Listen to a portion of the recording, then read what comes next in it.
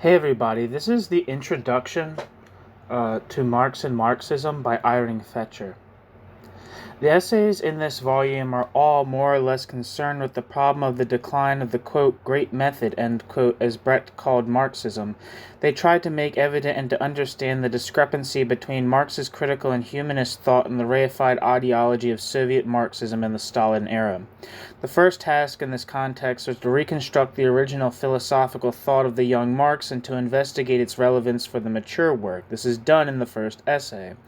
Now, I would add a more thoroughgoing examination of the Grundrisse and of Capital in order to show the extent to which Marx makes use of dialectical categories in order to demonstrate the systematic unity of the, quote, capitalist mode of production, end quote.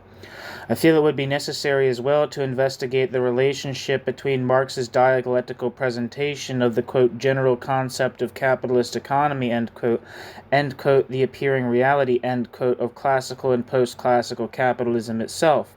From what Marx said in the Grundrisse, it is completely evident that Marx did not mean to copy socioeconomic reality as socioeconomic reality appears on the surface, but to reconstruct the systematic unity of the, quote, general concept, end quote, of capitalist economy.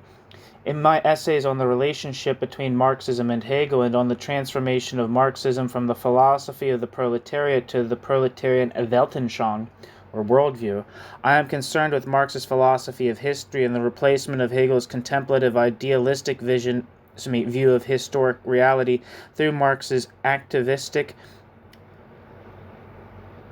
and materialistic concepts. I was very much under the influence of Lukács's history and class consciousness when writing these essays and would certainly present their problems slightly differently now.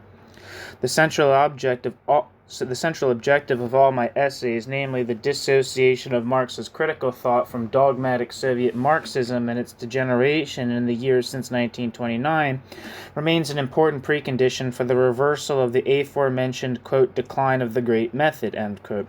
Marx's critical thought has only recently been discovered in the United States. The motives of the young rebels in their fight against the dullness and monotony of their lives, the lack of sincerity, and the general prevailing aggressiveness among people are not unlike the motives which we suppose underlie the criticism raised by the young Marx against the capitalist society of his times, the ideal image of a future humanity peacefully united for the common production of its humanity's life and no longer made dependent by the, quote, reified laws, end quote, ruling the socio-historical process is more than appealing to this new generation. They find it much more urgent than any generation before them to contribute to its achievement. So great are their hopes that sometimes they fail to notice the negative aspects of the so-called, quote, socialist societies, end quote, of our times, in which forms of social and political inequality and injustice have arisen which Marx thought completely incompatible with the future, quote, free association, AO, of producers, end quote. Quote, free association of producers, end quote.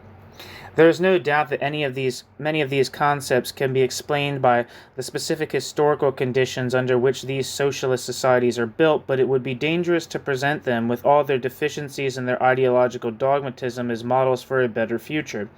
It is conceivable that this danger is much smaller in a country with so strong a pragmatic and democratic tradition as the United States than it is in Germany or France.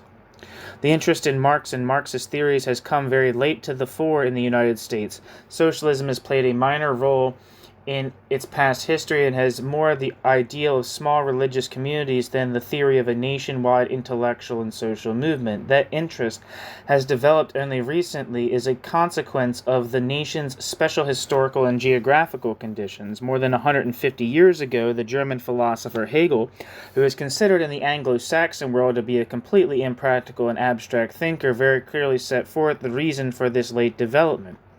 In the History of Philosophy, Hegel called America, quote, the land of the future, end quote, and wrote, quote, as to the political side of North America, I can only say that the general purpose of society has not yet been consolidated, and the demand for a consistent form of interconnection is not yet felt.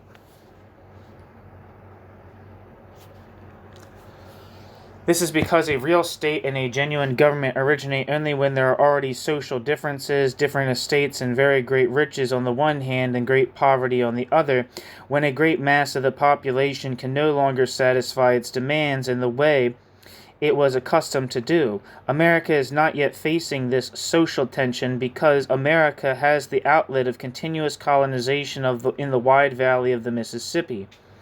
Hereby, the main source of dissatisfaction disappears and the continuation of the actual social situation is guaranteed. End quote.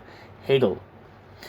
Since the possibilities of, quote, inner colonization, end quote, have long come to an end and enormous differences in wealth have arisen, the state and government have become institutions of, quote, European, end quote, dimensions in the United States as well. Many problems which European countries faced a long time ago are just now being experienced in American society. This explains the growing interest in Germany's, quote, golden 20s, end quote, and the interest in thinkers such as Georg Lukács and Ernst Bloch, who were famous in Europe already at the time. But I am sure that history does not repeat itself. Whatever the similarities between the German 20s and the actual political and cultural scene in America may be, there are at least as many differences, and not only those that are due to a more developed technology, American pragmatism, common sense, humor, and democratic traditions, which still survive here and there, all that will, I think, contribute to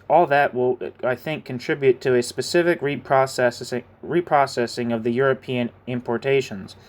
When I met Georg Lukács for the first time only a few weeks before his death, he was looking hopefully toward the young and critical generation in the United States because Lukács expected that it would be capable of bringing about a combination of revolutionary socialist and democratic thought and action. My book forms a part of this European importation, and I hope it will contribute to a clarification of the concepts, ideals, and ideologies. There is no longer any radical difference between the European and North American social and political scene. The forms of student rebellion, for instance, were to a large extent imported from the United States.